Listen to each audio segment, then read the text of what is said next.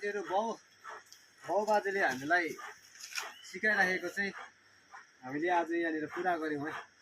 बाउ बाजेले चाहिँ ढुङ्गाहरू फुटाउँदाखेरि चाहिँ जतासुकै नफुटाउनु, मेसोहरू फुटाउनु, नत्र भने चाहिँ झ्यातो जस्तो दुलो हुन्छ, मेसो हेर्नु जानेन भने चाहिँ भन्थे। आज चाहिँ हामीले मेरो भाइले चाहिँ यहाँ भिडियो गर्दैछ है, र हामीले यो चाहिँ अरूले फुटाएको होइन, हाम्रो हातले फुटाएको। मेरो भाइले यहाँ भिडियो गर्दैछ र बाउ बाजेले भनेको सिकाएको कुरालाई चाहिँ आज हामीले पुरा गर्यौं। हाम्रो बाउ बाजे बाबाहरू त सब बाजेहरू नभए पनि देखेको भए चाहिँ अलिक खुसी हुन्थ्यो कि कस्तो हुन्थ्यो थाहा चाहिँ छैन।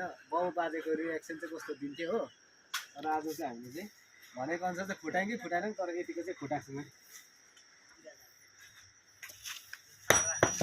कस्तो लाग्यो हाम्रो अलिकति कमेन्ट्समा पनि तपाईँहरूले हल्का सो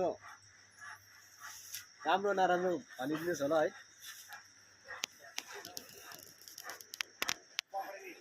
मालिकले स्टिङ दिएको थियो, स्टिङले त झन् बेसी फुटेको जस्तो लाग्यो।